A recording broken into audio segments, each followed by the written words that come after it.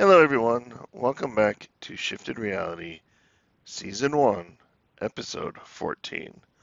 Last week we finished working on getting the redstone of this bridge fixed so that we have a nice, smooth, clean operation.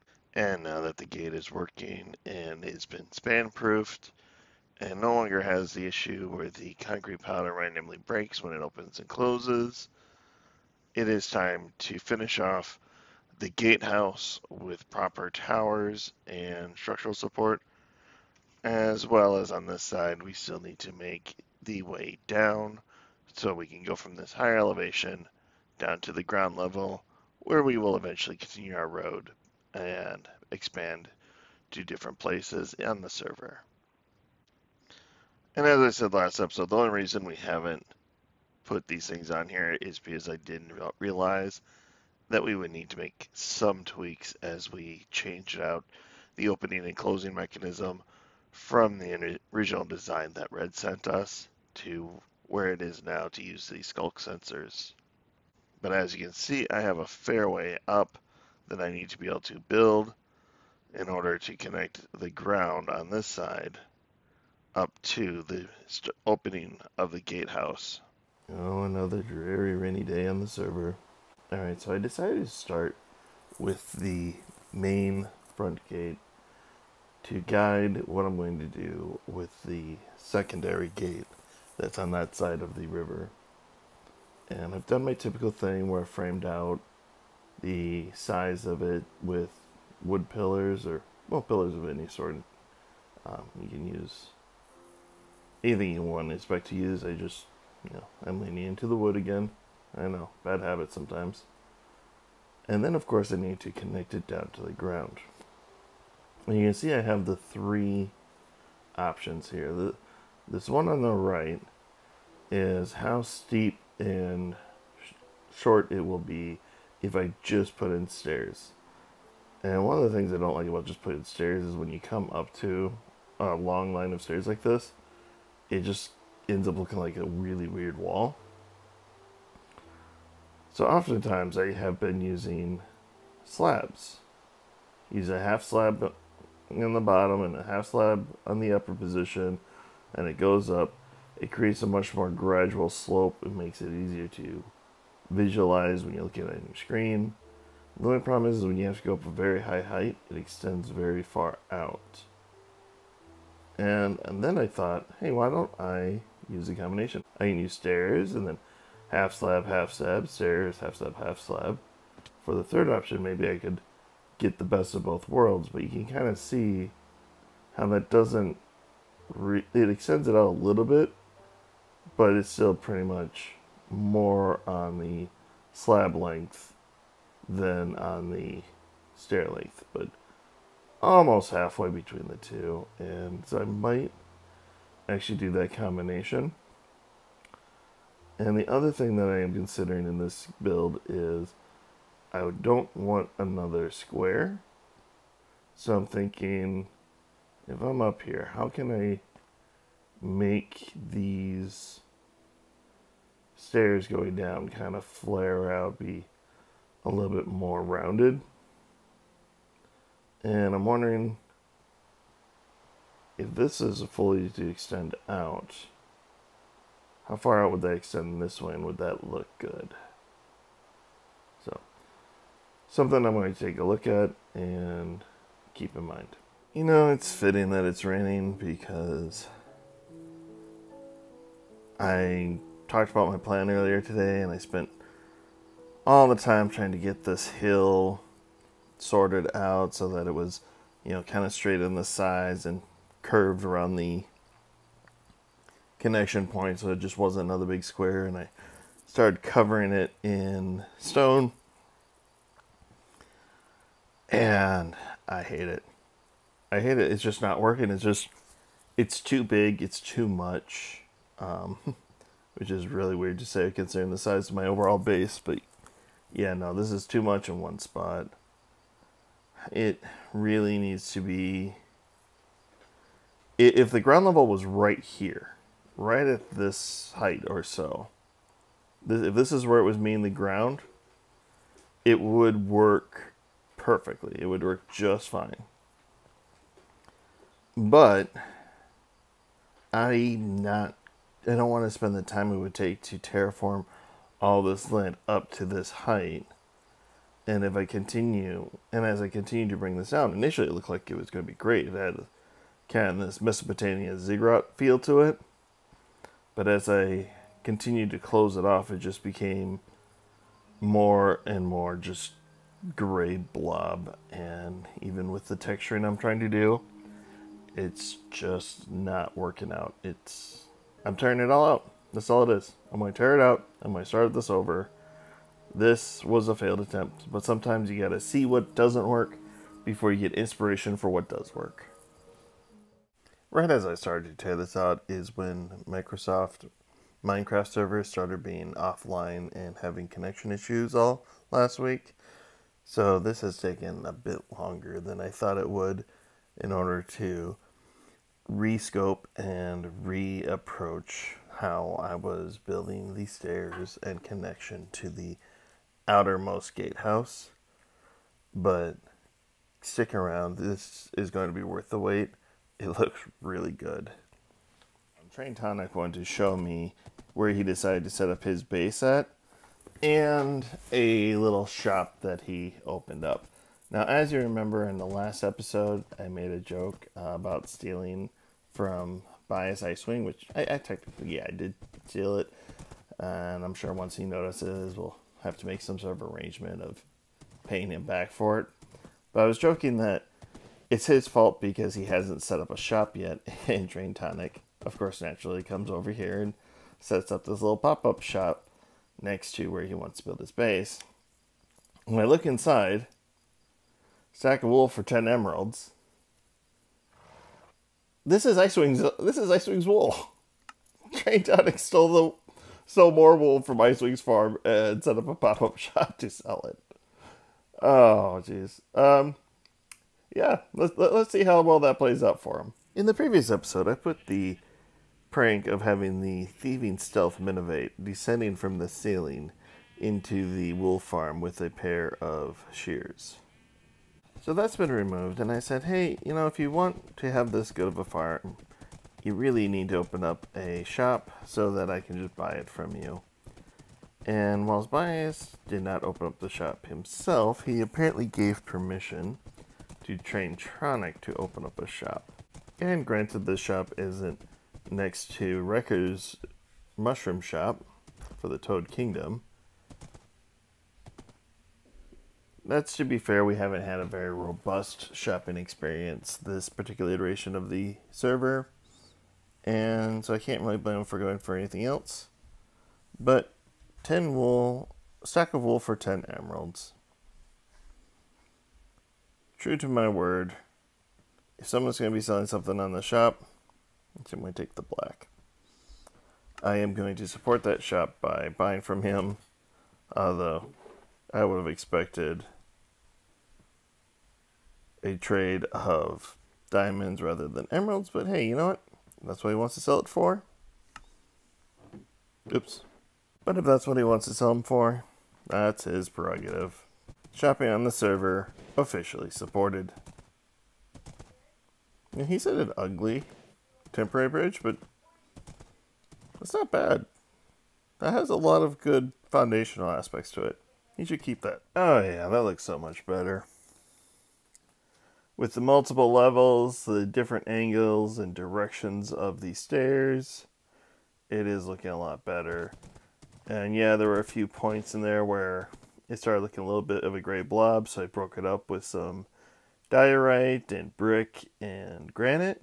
And in order to make each of these levels stand out, I topped off the railing with a little bit of dark oak trapdoors.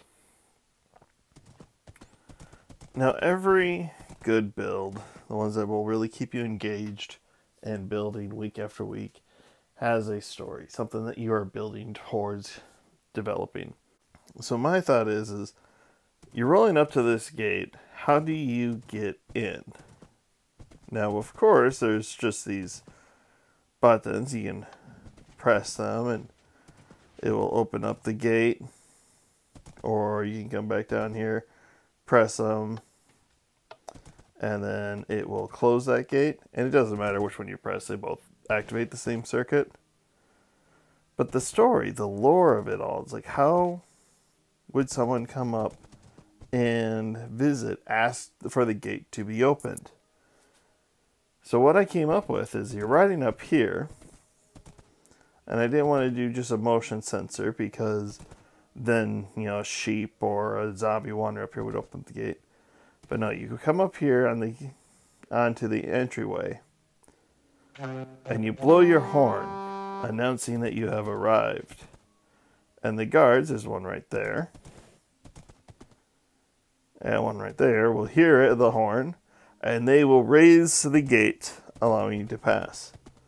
And of course, as you ride down the bridge, they close the gate behind you because you're already inside. And you come riding out to this next one, and it opens up, and you keep on riding through as you approach the main keep of the castle.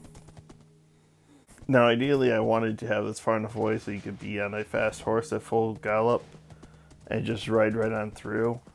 But we were having a little trouble with the redstone signal causing the gravel to fall. And another issue that I ran into, if you've been watching the series for a while, you know I like to use zombie piglin because they're one of the few passive mobs that can carry swords and wear armor. Well, I also usually like to try and get the piglins that have the crossbows in order to have them be armed with a crossbow instead of a golden sword. Now, both of these guys that I called up for my guard initially had a crossbow, but when they converted into zombie piglins, they dropped the crossbow so they could pull out a sword. That's never happened to me before the 1.21 update, and I'm not really sure what is causing it, but I went to try and record it happening to, you know, basically complain about it, being like, ah, come on, this does not need to be changed. I like the fact that they hold on to their crossbows. I'm probably one of the only people that's annoyed by the fact that they were dropping the crossbows and picking up a golden sword. So I went to try and record and capture the transformation where they would drop their crossbow. And then, of course, right when I'm recording it, this guy keeps his crossbow. So I'm keeping him around, using him for a later guard duty. I don't know why the two that I initially grabbed for the guard duty at the outer gate dropped their crossbows in favor of a sword, or if that's just random, or what would have caused that. We'll see about it. I don't know. But let's take a little closer look at our gate here, because this now creates a template for how I am going to finish up that gate at that end, which honestly I wanted them both done for this episode. However, about halfway through the season, we decided to switch from a paid server to using Microsoft Realms because it's a little bit cheaper and in theory a little bit more stable. Unfortunately, like a lot of people, this last week I was basically cut out of Realms for about a full week and didn't get much progress on this done, and so this is all taking longer than I wanted it to. So now we just have this side that is more or less done. That's going to serve as our template for down there. As I said, on the outside I have all of the light brick, stone brick, and then I have the tough stone brick inside the wall, kind of creating this look like it's a little bit shadowy, a little bit darker in here. And we used a multiple tier stairs coming down, and that's just so you never have this big full wall. You can always see up and over the stairs that you are going up and over. And I have it doubling back on itself with this rounded platform, but you'll notice on this platform, in order to make it stand out from that one, the circle, the half circle, doesn't come out as far on the lower level as it does on the upper level, which creates a nice tiered shape effect that kind of blends in. The balcony where the guards are, I have supported by this pillar of spruce and dark oak fencing on both sides. That's, again, not that you need to support things from gravity in Minecraft, but that does give a sense of realism and helps keep the brain from disengaging with the build. And of course, just the same as for opening, when you're coming to leave, you can come down here, blow your horn and say, hey, I'm departing, and they will close the gate for you. Which, again, if there's any other passive way to trigger a door opening that won't be triggered from a random chicken walking up and down the stairs, do leave a comment down below and let me know what you think. But you'll notice I have included some of the end stone that helps blend it in with the color palettes of our main base as well. Here I go, I announce I'm here. They open the gate. I ride on through. And now that I have that side completed, I now have a template to follow for this side. However, I have a problem. So remember the big hole and all the chests of cobblestone I had from digging out for this structure and going all the way down to where it would even out towards the bottom of the hill? After selling some stone to Purple Ghost and all the building that we've been doing, our chests have finally run empty of cobblestone just by moving it through the smelter into turning it back into stone for the stone brick and everything else. And even our chest of stone brick is basically empty. That's gravel. That shouldn't be there. Anyway. So I have officially run out and used up all of the stone I mined out in order to build this first edition, the phase 2 build of the base. And that only lasted till what? This is phase 4, building the bridge and the front gate. But even though I never got the timing quite right for riding horses through, if you are running across this bridge on foot, it will open and close so you no longer have to break your pace as you're running through this. And so with that, I am going to have to call it a complete on the build so far. Thank you all for watching. I do hope you enjoy this episode and subscribe to look forward to my next episode. Comment down below if you have any suggestions on other passive ways to open and close this gate. And let me know what you think of the building so far. So I apologize now if there's any delays in the next episode, because I am taking my family to a gaming convention this weekend. 3 days of celebrating video games in all its forms. And until next time,